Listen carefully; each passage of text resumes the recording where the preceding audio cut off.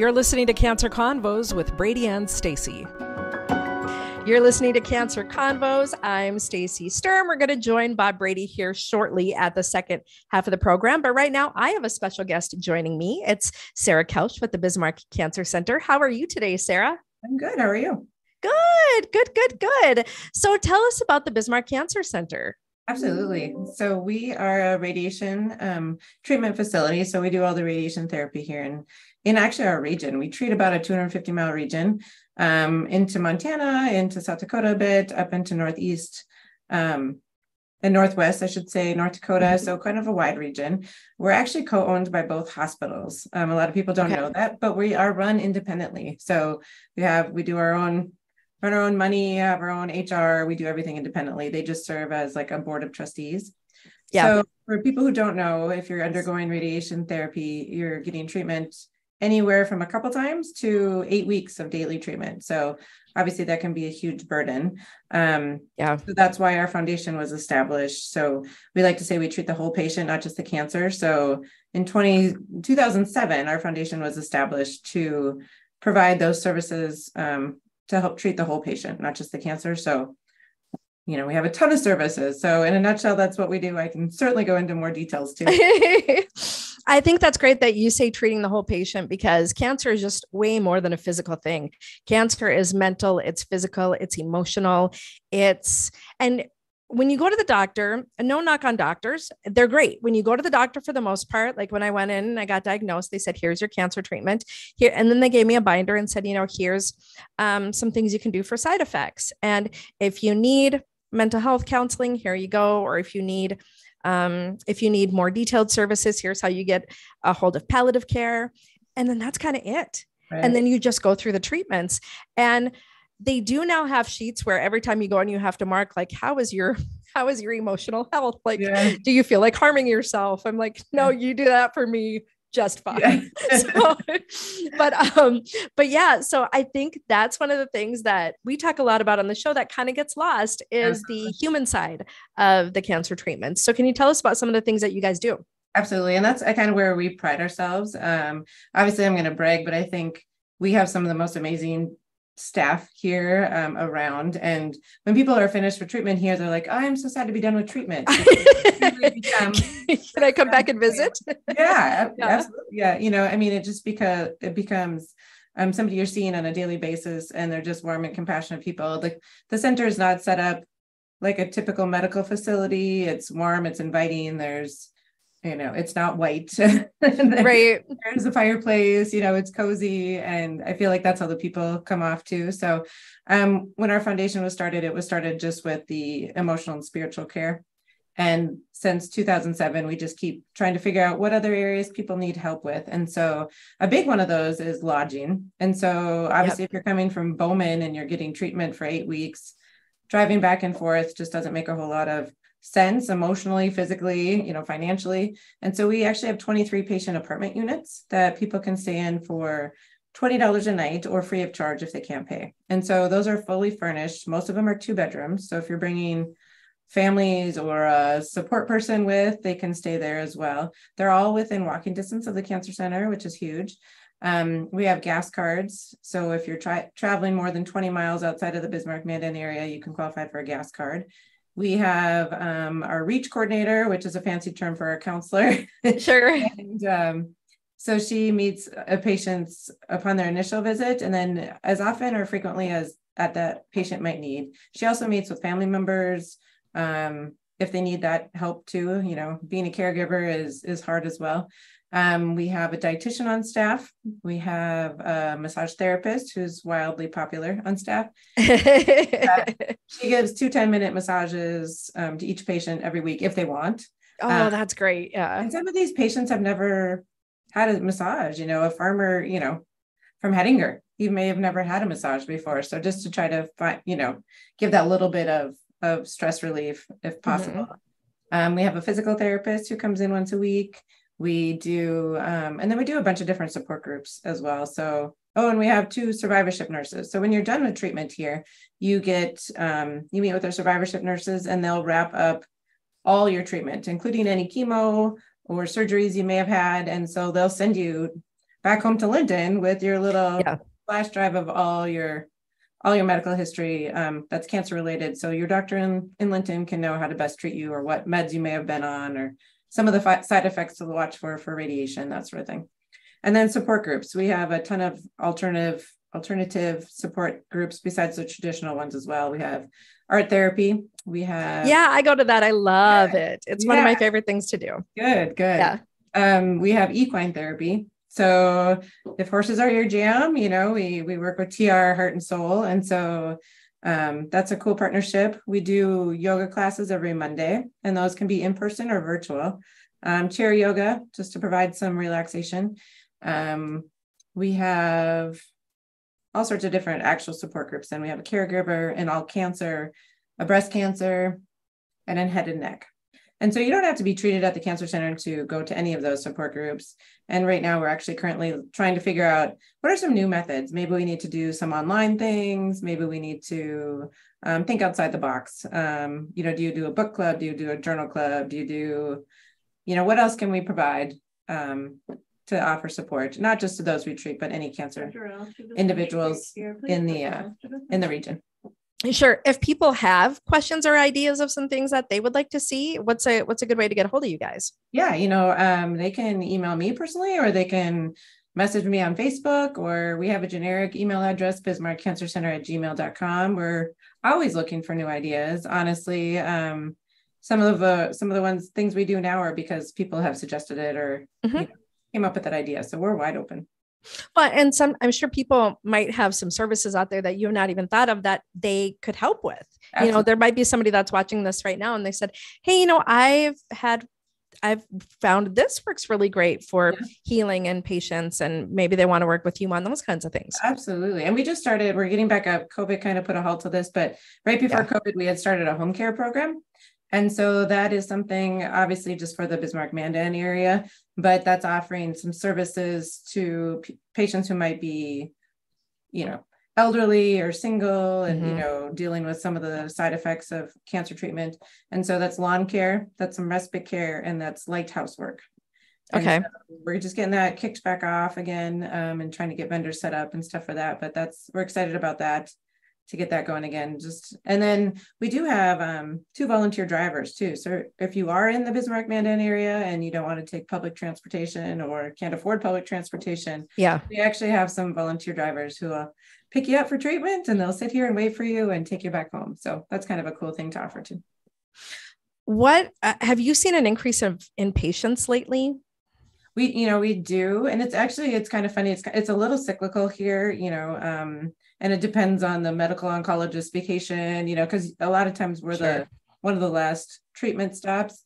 But our numbers have continued to increase. And that's actually why we expanded a couple of years ago, or just finished last year, I should say. We added a 3rd treatment machine because of the demand and the need for treatment.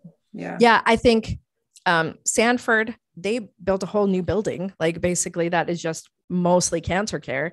They added, I don't know how many chairs, and they said they're full, like they're full all the time still after the expansion. And it's just crazy the amount of people that are having to seek cancer treatment. It's very sad, but it's a good thing that at least it's available. Absolutely. And I really think we have top-notch facilities in town. And so happy we're all here, trying to take care of everybody who's going on that journey. What's the number one question or one of the top questions you think you get from cancer patients when they first start treatment? Well, especially with radiation, like, is it going to hurt? Is it going to burn my skin? That's something everybody thinks. And it totally depends on the area you're getting radiation treatment, or am I going to be okay? Or, I don't know if there's one certain question, people are always nervous and rightfully so. Cancer treatment's cancer's a scary diagnosis to go through, but absolutely. Yeah. Obviously a big part of our goal at the Cancer Center too is education and, talking about prevention, early detection, get your screenings done, so 100%. Yeah. The earlier we can catch it, the better off they'll be. Yeah. It's crazy. I did not know until I was diagnosed with cancer that you can go in for all the yearly female checkups you want, but it doesn't screen for ovarian cancer. The only thing that does is if you specifically ask for it and get an ultrasound. I was like, I was flabbergasted. Like, I didn't know. You just assume it covers all the cancers Right. when you go in for all your stuff. If this was just cover all the cancers. Yeah. Surprise. It really doesn't. Yeah. And trust your gut. I mean, I think Yeah. if you're having some weird symptoms, you have to be your own advocate. And that's with any health issue, obviously. That's kind of a crazy part of healthcare too these days. I feel like you just really have to be your own advocate and be like, something's amiss with my body. I need to figure out what it is. So, well, and I think especially women, we need to stop thinking that we're overreacting or trying to write it off as something else. It's always better to be safe than sorry. Absolutely. Absolutely. So do you have any other advice you would like to give cancer patients or people or families, like people that are caring for somebody that has cancer? Do you have any other advice you want to give them? Well, I think support all the way around. Obviously, the individual going through cancer needs support, but we really feel it's important, and we're going to make that kind of a priority this year too, as caregivers. Caregivers take on the burden, the weight of the stress of the cancer diagnosis, their family member with the cancer diagnosis, as well as a lot of times pick up, whether it's children or business or work, they're dealing with all that. And a lot of times you just see that caregiver getting really sick or run down as well. And so I think it's a balance. Obviously, we still encourage them to be there for the person who's going through cancer treatments, but get help and get relief yourself too. But as far as cancer patients, there's so many opportunities out there. I just encourage everybody to find their niche, whether it's art for you or, we've talked about music therapy, some new ideas. Yeah, that'd be great. Yeah. Find something that just works for you to relieve some of that stress and some of that burden. Now, I've had people ask me in the past, and I don't know the answer to this, so I'm glad you're on with us.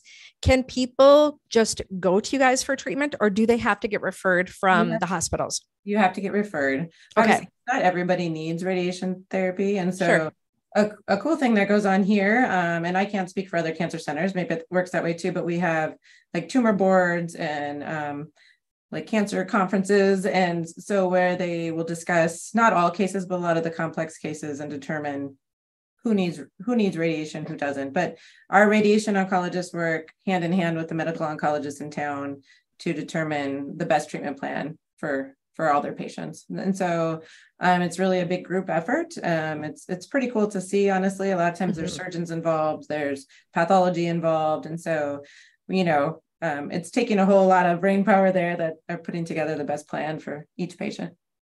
All right. And once again, Sara, if people want to get a hold of you guys at the Bismarck Cancer Center, either to get a service or offer a service, or if they have questions about care, how can they get a hold of you?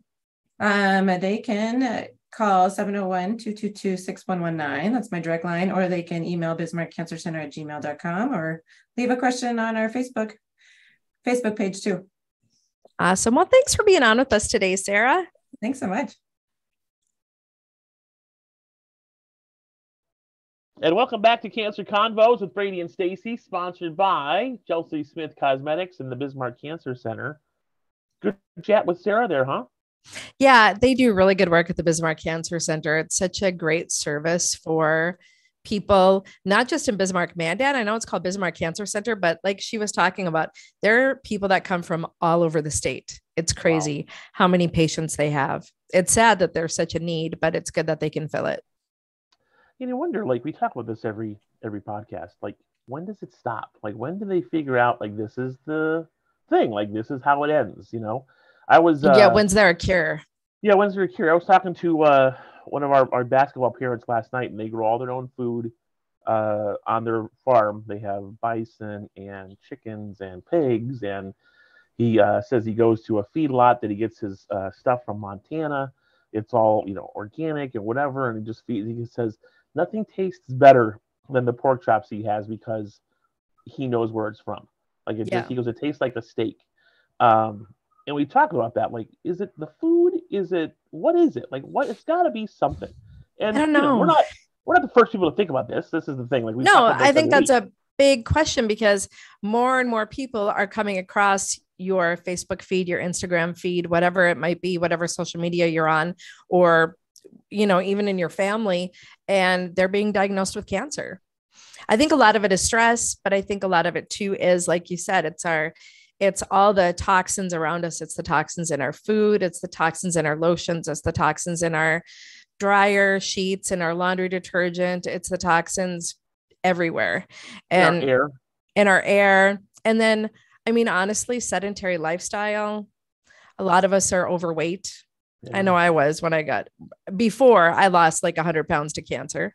Cancer was the best diet ever. Yeah, that's what I'm hoping for too, but it hasn't happened. Cancer was a great diet for me. I was down to like nothing. I was down to about, I think I weigh like 130 and I was down to about 100 pounds. And at the time when I had gotten up to like 160, 170. Wow. So I'd lost about 60 pounds. Wow. It was crazy. Yeah. It was a great diet. It works. It's back.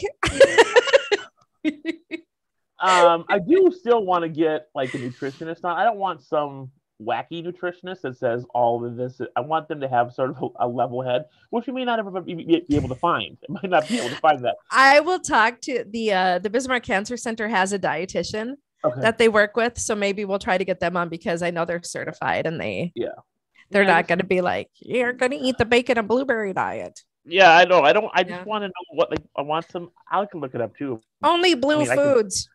I can Google anything, but I want to make sure it's legit because it's got to be something. It's got to be, and I told this to the guy I was talking to, the parent I was talking to last night, is that it's sad that our government and our healthcare system doesn't want to help us like they do, but they don't. Like, what does that say? And I'm not a conspiracy guy. I'm not oh Jesus. It's just one of those like, what is it? What's the answer? That's what our society is not set up for success. You're gonna pay $6. Yesterday I got some berries. They were $6 for a small little carton. I can get mac and cheese for 75 cents. I can get ramen noodles still for about 40 cents. Yeah. So, and vegetables, like, I think, what did I get the other day? It was like a bag of mixed vegetable juice for like broccoli, cauliflower, all that stuff. Small little bag was like $6. Yeah. Like that. If I had a family of 4, that wouldn't even feed my family of I wouldn't be able to use that as a side dish for my family of 4. I think Heather got a spaghetti squash last week. And it was, how much was it? Probably $11. $8. How much? Like $8. $8. Yeah. For like 2 pounds. And I can buy enriched noodles instead of spaghetti squash for 98 cents. Yeah. So we're not, and same thing. If you go to any fast food restaurants, your value menu items are like $2 for a chicken sandwich. If you want a salad, you're going to pay $7, $8, $9. And some of those fast food places don't even serve salads anymore. No, a lot of them don't. McDonald's doesn't have them anymore. Hardee's, I don't know if they ever did, but a lot of the places that I used to get salads from, they don't even carry them anymore. Yeah. I think there's only a couple that I can go to now where they actually do carry, or grilled chicken sandwiches. I've had such an issue trying to find a grilled chicken sandwich, not deep fried. And they don't even bother to put the lettuce on there anymore. They're like, here's your chicken with some pickles and a ton of mayo. And some hot sauce. And hot sauce. They don't even bother to try to put a piece of lettuce or some tomatoes on there anymore. You don't even get that. So you can't, it's almost virtually impossible. I know the 2 places in here in this town, in this small little town I'm in, where I can go and get a grilled chicken sandwich. Wendy's? Just grilled chicken. Wendy's is one of them. And funny story, every time I've gone through there, they've given me a deep fried chicken sandwich. And I've said, not to be that person, but can I get a grilled? I'm so excited. It's the only reason I come to you guys. Can I just get a grilled chicken sandwich? And they're like, yeah, pull around. And then they gave me a chicken salad. And I'm like, well, whatever. I said, this does not look like my sandwich. And they're like, oh, sorry, man. So at one point in time, I had 4 bags of food. They gave me the deep fried chicken sandwich. They gave me a chicken salad. They gave me some rando's bag of food. Like it had a burger and some fries in there. And I'm like, the person behind you. Yeah. I'm like, also not mine. I want it. And then they finally gave me my sandwich. I was like, Holy cow. Why is this so hard to get a grilled chicken sandwich? Something not deep fried. I just don't get it.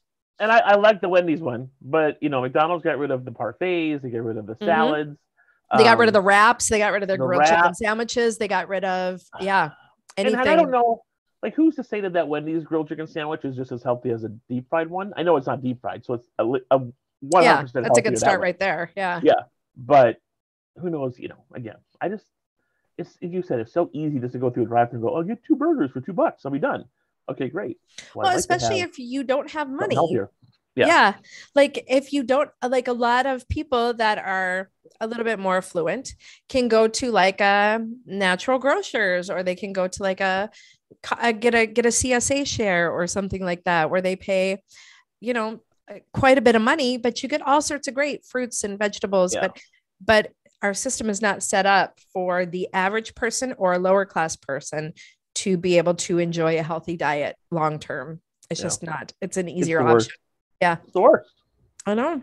And again, we're not going to solve all the world's problems on this podcast, but I don't know why not. I think we should. Well, solve all the world's problems. If they only listen to us. If anybody knows us from back in our Brady and Stacy days on the radio, we made a lot of stores come to Bismarck and Mandan because we were bitching and complaining about it. So. We made a lot of things happen because we were bitching and complaining. Yes. Well, maybe this is our calling for cancer. Let's hope. But they say it's the squeaky wheel that gets the grease. Yes. Squeak away, bitches. Yeah. we're old and squeaky. We are. Replace us. So in the next couple of weeks, I want to get a nutritionist. So I just want to talk about that. And see, like, what's the, I know in Europe, in England, across the pond there, they have like vegetable dyes that they use in their foods. They don't use like red dye 40 and blue dye 5, and it's stuff that's a little healthier. Not to sound like a world-class traveler, I went to Europe once. Correct. But it's true. And they have 2 things really going for them. One is their diet. Like, I could eat pasta and bread and other things, and I didn't feel yucky afterwards like I do in the United States. So they definitely are missing some things in their food that we are putting in ours, because I was able to have really great meals and not feel bad after. In fact, I lost weight on vacation. And then they walk a lot. So they encourage a lot of exercise. They encourage, you have to walk because you're in big cities, or you're, a lot of people don't have cars. So we walked everywhere. We probably walked 4 to 5 miles a day, and I didn't feel bad at all. It was great. And then also too, they also have a lot of walking areas and parks, and they encourage activity. And this is where you bike and rent bikes here and walk here. And so they really encourage a lot of getting outside and walking around or riding a bike. And then the food is better. Like, they really are. But God, don't tell America that, because we will lose our minds if we think we're not doing the best at everything, which statistically, America, if you look at it, we are not doing the best. It's not just public opinion, because I went to Europe once. If you look, we are not doing the best in education and diet and mortality rates and infant mortality rates and, infrastructure. You can go infrastructure, energy. We're not number one, I don't think, in anything except for school shootings. Legit, but that's a whole other topic for a different day. But so for a different podcast, it'll be school shootings with Brady and Stacy. We'll talk about that on the next podcast. But it's true, when you go overseas, they don't carry a lot of our products because they don't meet their standards. So you're not going to get a lot of things that we enjoy over there, because it's not allowed there. We don't meet their standards. And if it is, like, if you get a bag of Cheetos, it's like natural and it's not colored. It's like it's a whole different thing. We don't need emails telling us to go move there. We're trying to help the situation. And actually, you can go to hell, because I am trying to move to Ireland. I'm trying to move to Ireland. I would like to move to Ireland. That's the end goal. I would like to retire in Ireland. Wow. Yeah. That's kind of why we went there, is we wanted to check some stuff out. Okay. Yeah. I bought a plot of land. I bought a castle. I actually do own a plot of land in Scotland because I bought that scotch like 5 or 6 times. Every time we get a bottle of scotch in at the bar, I register that plot of land. So, you know, it's like a 1 foot plot of land you get with your, what is the scotch? I'm blanking on it. God, chemo brain. It must be pretty good. It is. I'm thinking of like, it's not Glenlivet. Anyway, it's a yeah, you get a foot, you get a 1 you get a 1 square foot, and since we own a bar, every time we order that, I register our land. So I think Mike and I could probably build at any point in time now, because I think we've accumulated enough between, we've been open for 5 years and probably ordered, I don't know, 500 bottles of scotch. So that's like we probably have we have probably 500 square feet of land in Scotland somewhere. Unfortunately, though, it's not all together. Oh. Well, yeah, I know. Okay. Cancer Convo is sponsored by the Bismarck Cancer Center and Chelsea Smith Cosmetics. We do thank you for joining us this week. We will have another superstar show coming up soon, so hang on for that. Have a great week.